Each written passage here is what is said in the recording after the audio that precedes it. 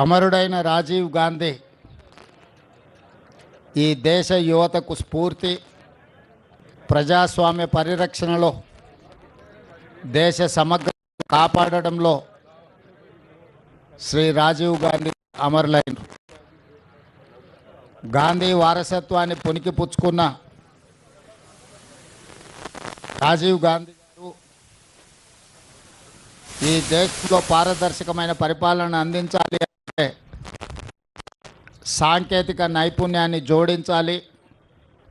సాంకేతిక నైపుణ్యాన్ని జోడించినప్పుడే ప్రభుత్వం యొక్క నిర్ణయాలు, ప్రభుత్వం యొక్క సంక్షేమ పథకాలు చివరి పేదవాడి వరకు చేరుతాయని సంపూర్ణంగా విశ్వసించారు.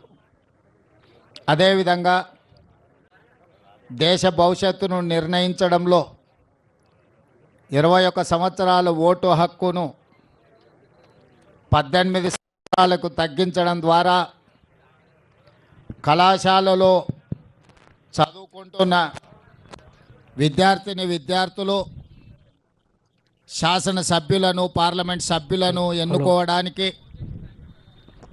ఈరోజు పునాదులు వేసిండ్రు.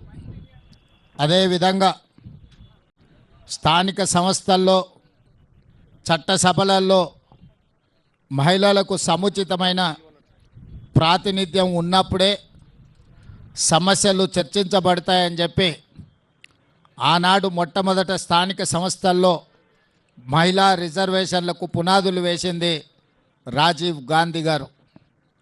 ఈరోజు ఈ దేశంలో కంప్యూటర్, అదేవిధంగా టెలికాం యుగం ఈరోజు ప్రపంచంతో పోటీ పడుతున్నామంటే సిలికాన్ వ్యాలీలో భారతీయులే సిలికాన్ వ్యాలీని నడుపుతున్నారంటే ముఖ్యంగా తెలుగు రాష్ట్రాల నుంచి వచ్చిన ఐటీ నిపుణులు ఈరోజు సుసంపన్నమైన అమెరికా దేశాన్ని, ఆ దేశ ఆర్థిక వ్యవస్థను శాసించగలుగుతున్నారు అని అంటే ఈ దేశానికి కంప్యూటర్ను పరిచయం చేసింది రాజీవ్ గాంధీ గారు. అదేవిధంగా టెలికాం రంగంలో విప్లవాత్మకమైన మార్పులు తీసుకొచ్చి ఈరోజు టెలికాం రంగాన్ని శామ్ పిట్రోడా వారి యొక్క పరిజ్ఞానాన్ని దేశానికి పరిచయం చేసి టెలికాం విప్లవం తేవడంతో ఈరోజు డేటా సెంటర్లు కానీ, జీసీసీలు కానీ, ఐటీ కంపెనీలు కానీ హైదరాబాదు నగరంలో ఈనాడు నిర్మించిన హైటెక్ సిటీ వారి ఆలోచనను స్ఫూర్తిగా తీసుకొని పివి నరసింహారావు గారు ఆ రోజు మనకు ఈ రాష్ట్రానికి ఇవ్వడం జరిగింది. నేదురుమల్లి జనార్దన్ రెడ్డి గారు ఉన్నప్పుడు ముఖ్యమంత్రిగా పునాది రాయి వేసి మొట్టమొదటిసారి హైటెక్ సిటీకి నాంది పలికినరు. ఈరోజు ఫార్మా రంగంలో కానీ, ఐటీ రంగంలో కానీ, సాంకేతిక టెలికాం రంగంలో ఈ దేశంలోనే తెలంగాణ రాష్ట్రం ప్రథమ స్థానంలో నిలబడ్డది అని అంటే దానికి రాజీవ్ గాంధీ గారి ఎనలేని కృషి ఈరోజు మనం చూస్తున్నాం. స్థానిక సంస్థల్లో ఆనాడు రాజీవ్ గాంధీ గారు ఇచ్చిన మహిళా రిజర్వేషన్, ఆ స్ఫూర్తితో శ్రీమతి సోనియా గాంధీ గారు రాజ్యసభలో చట్టసభలకు మహిళా రిజర్వేషన్లు ఇవ్వాలి అని యూపీఏ చైర్పర్సన్గా బిల్లును ఆమోదించడం జరిగింది. సోనియా గాంధీ గారి ఒత్తిడి వల్ల మోడీకి, బీజేపీకి ఇష్టం లేకపోయినా ఈనాడు చట్టసభలలో మహిళా రిజర్వేషన్లు తీసుకురావాల్సిన పరిస్థితి వచ్చింది. అందుకే ఈరోజు గొప్ప నాయకుడు, స్ఫూర్తి ప్రదాత రాజీవ్ గాంధీ ఈనాటి యువతకు స్ఫూర్తిగా ఉండాలి.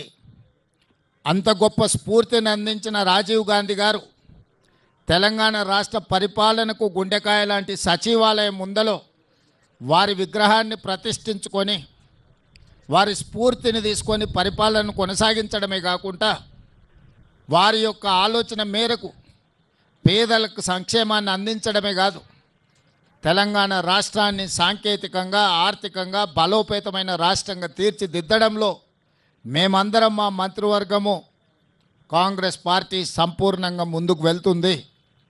వారిని ఆదర్శంగా తీసుకొని వారి విగ్రహాన్ని ఇక్కడ ప్రతిష్ఠించుకొని కోట్లాది మంది భారతీయ యువకులకు రాజీవ్ గాంధీ స్ఫూర్తిని ఈరోజు మనం నింపగలిగినము. అందుకే ఆ నాయకుడిని ఆదర్శంగా తీసుకొని తెలంగాణ రాష్ట్రంలో పరిపాలన కొనసాగిస్తున్నాము. వారి స్ఫూర్తితో సంక్షేమాన్ని, అభివృద్ధిని, అదేవిధంగా బలహీన వర్గాలకు 42% రిజర్వేషన్లను, అదేవిధంగా ఎస్సీ ఉపకులాలలో వర్గీకరణను, ఇలాంటి దీర్ఘకాలికమైన సామాజిక సమస్యలకు కూడా ఈరోజు మన ప్రభుత్వం పరిష్కారం చూపిస్తున్నది.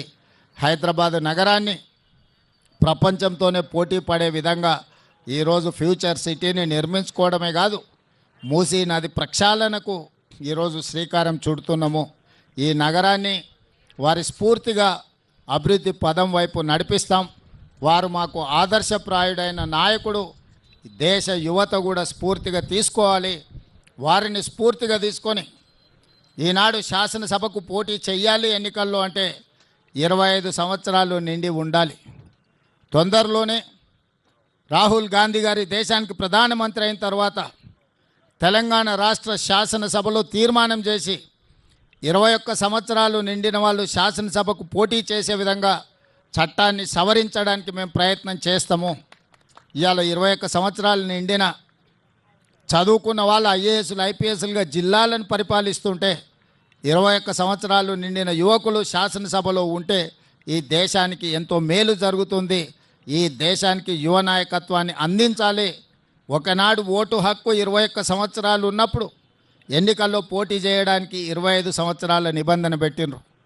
మరి ఈరోజు రాజీవ్ గాంధీ గారు ఓటు హక్కును 18 సంవత్సరాలకే తగ్గించినప్పుడు, 18 సంవత్సరాలు ఓటేయడానికి హక్కు ఉన్నప్పుడు శాసనసభకు పోటీ చేయడానికి 21 సంవత్సరాలను నిర్ణయిస్తే యువ నాయకత్వాన్ని రాష్ట్రాలకు, దేశానికి అందించవచ్చు. పార్లమెంటులో 25 సంవత్సరాలు పోటీ నిబంధన ఉన్న శాసనసభలో 21 సంవత్సరాలకు తగ్గిస్తే తప్పకుండా యువతకు అవకాశాలు మెరుగవుతాయి. ఆ దిశగా తెలంగాణ రాష్ట్ర శాసనసభ తప్పకుండా ప్రయత్నం చేస్తుంది.